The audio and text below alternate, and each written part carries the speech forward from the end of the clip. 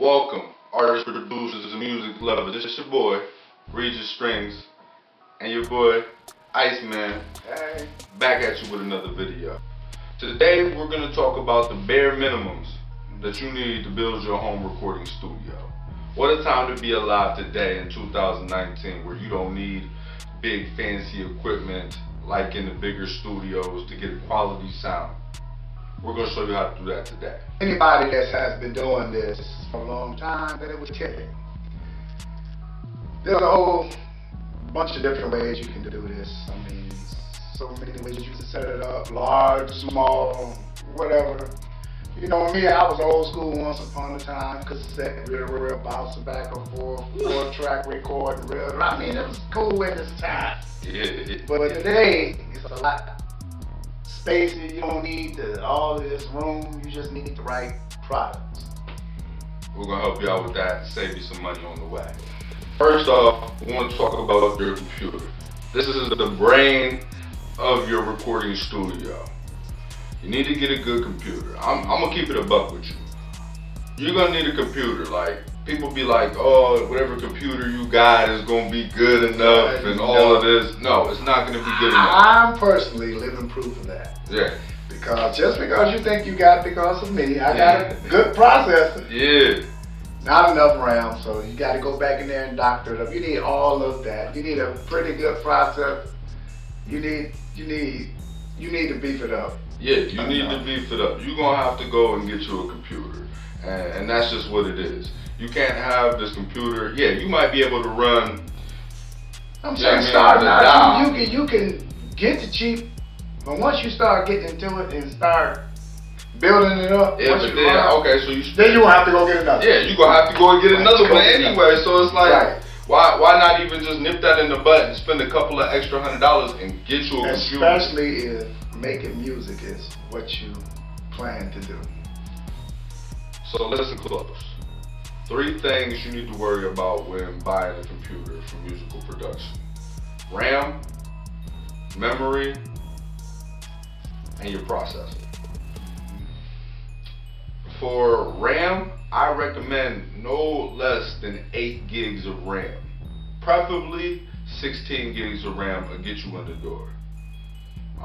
For memory, with external drives and things like that, you don't need a lot of memory, you just need something to get you started. You know what I mean? If you can't afford it, go out and get that SSD memory. It's the fastest.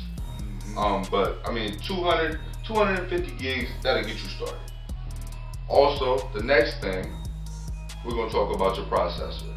You know, you wanna get at least a quad processor, which is like an i5 or equivalent. You know what I mean? To an i5 processor. The processor it basically stores things. Like if I click on this, I got one web page up, I got another web page up. Things going at once. You got multiple web pages, things going at once. You're gonna need that processor to push that out. Otherwise, you're gonna be waiting on it. Yeah, you're gonna be waiting on it. You know what I mean? Circle going around and you know, like on your phone, like, come on now. And nobody wants to wait on it. Especially when you're in that mood, you get on the keys. So we play a lot of things live. So you on the keys and you feeling it, you don't want to wait for your instrument to come up. Right. You know what I mean? Now. And right you say you going, oh, I'll deal with it, but you're not gonna want to deal with that. It's gonna take away from your musical creation. On the last note about the computers, processors, and all of that information, you need to choose out what is affordable in your budget. Are you gonna get a laptop or are you gonna get a desktop? What's the plan? Well, I always had desktop because I never left the house. Yeah. I did everything at home. I listened to it at home. I jammed. Yeah, that's your instruments. Now, you know, you want that laptop. You know, I might go hook up with you. It's like, look, got my laptop. I'll bring it with me. Yeah, check this out. Bam. You know what I mean? But on the tip about laptop and desktop, the laptop is more expensive than the desktop. You get more bang for your buck with the desktop than you do the laptop. Yeah. You know what I mean? You get more, and just starting out, you can get a desktop for like $300. It's all 16 gigs of RAM, i5, i7 processor. really, yeah, you're right. What you want to do. But if you beat making, you might be on the road. Cause beat making, you don't need a lot just to beat make. To make beats, you don't need a lot. You know what I mean? It's mostly I got spoiled with these software laptops too because it just was easy. I got like 4 laptops. You don't have all of this. Yeah, like, all of that. That's something you gotta consider. In your recording process, you're going to need an audio interface, sound card, however the terminology is. Yeah. And they have many different kinds and many different styles and kinds. But what I'm saying is you got a box, 2-channel, 4-channel, whatever, or you have a mixer. They used to have the Firewire, which I've had the Firewire because I jumped over. I had friends that came over. We all wanted to record instead of one track. 3 or 4 of us could record at the same time on different tracks, and that was nice. That's where that came in at. But now it's kind of like when you just record music, you only see yourself using only one track. Yeah. Off of that, and just changing it on it's like, wow, come on now. Yeah. But then now they're nice because back in the day, what they used to have, it wasn't USB, it was just a MIDI. And the latency used to drive you crazy. When you're trying to play something, you had that split second came after you hit the key. It's like, come on. It's just like messes up the flow and it's like, forget it. But nowadays, this is real time. Latency on a lot of these. It's low to none. Sound cards and but you gotta be careful about which one you get. People will go out there and get some of the models. I got the Focusrite. I didn't know which one was what. I just read up on it. Yeah. And it had some good reviews about it, so that's the one I chose. And it's been working out really well for me. But what's your suggestion? For me, I use the Behringer HD 204.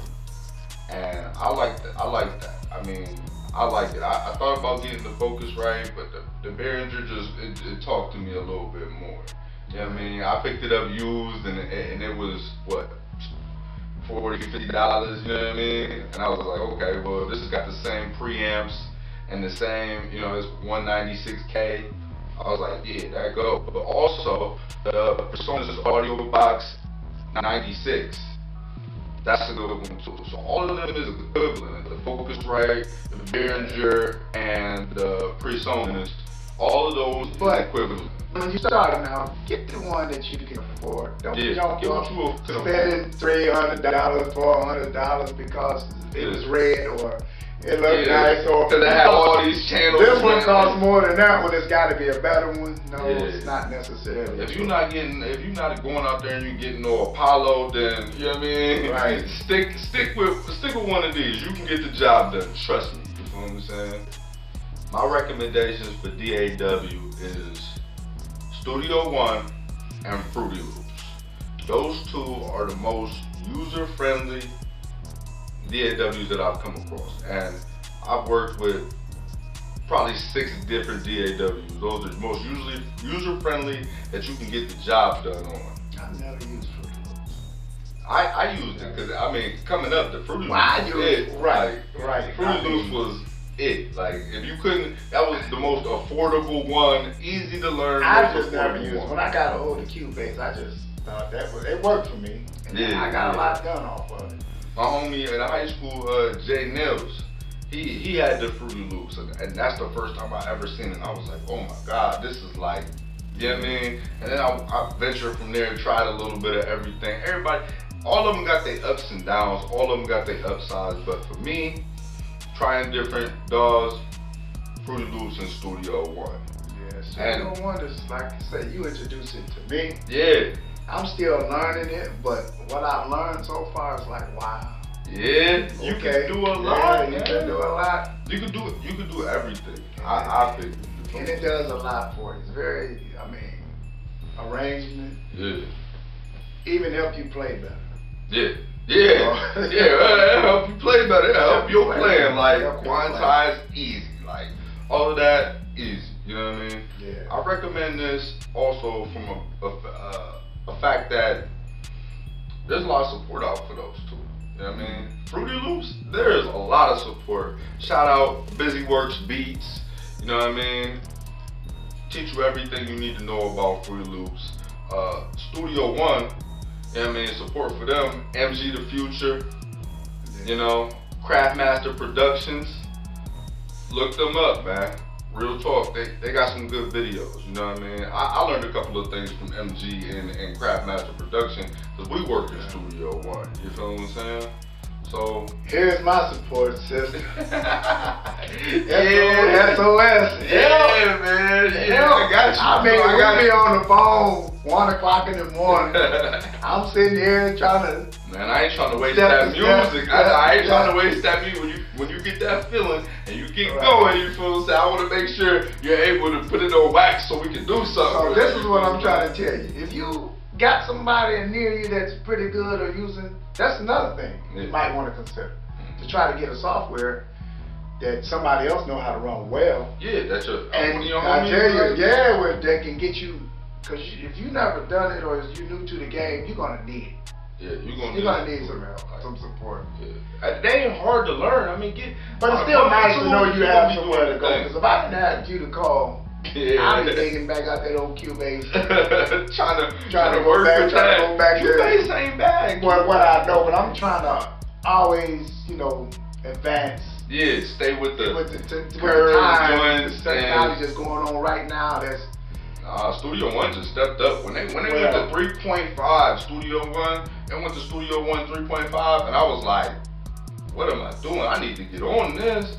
I watched the video on YouTube. He was explaining all these features. I was like, then they came out with 4. I was like, I'm done with Fruity Loops. I was like, I'm done with Fruity Loops. But that's the only thing. That's the only thing about this kind of, with anything computer. Yeah. It changes. Yeah, it changes. It changes. Like the cell phones. They change. Every time you think you caught up with them, they come out with another one. Yeah. So.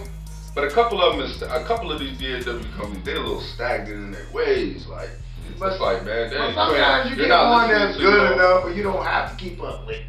You don't have to keep updating every time somebody come out with something. But it's all about keeping up with your consumer. It's all about keeping up with your consumer. I keep complaining to you that we got a problem with such and such, the default sampler in here. You need to come up with an update to finish that. Right. Hear me out. You know what I'm saying? Right. You need to hear me out. Right. And the companies that do that, they last long in this game. Like I feel like Pro Tools was the hottest for the longest. Pro Tools was the industry standard. Now it's like, who's using Pro Tools for real? Right. Who's really using Pro Tools? I took a stab at it. Yeah, nobody's using that right now. Like nobody, you won't see nobody with Pro Tools. Like you'll get into a studio session with producers, writers, this and that. You won't see nobody using Pro Tools. Like so, yeah. Thing to consider. Also, on the Studio One tip, you can go on Splice and get that joint rent to own. Get Studio One Professional, rent to own. It's like $20 a month.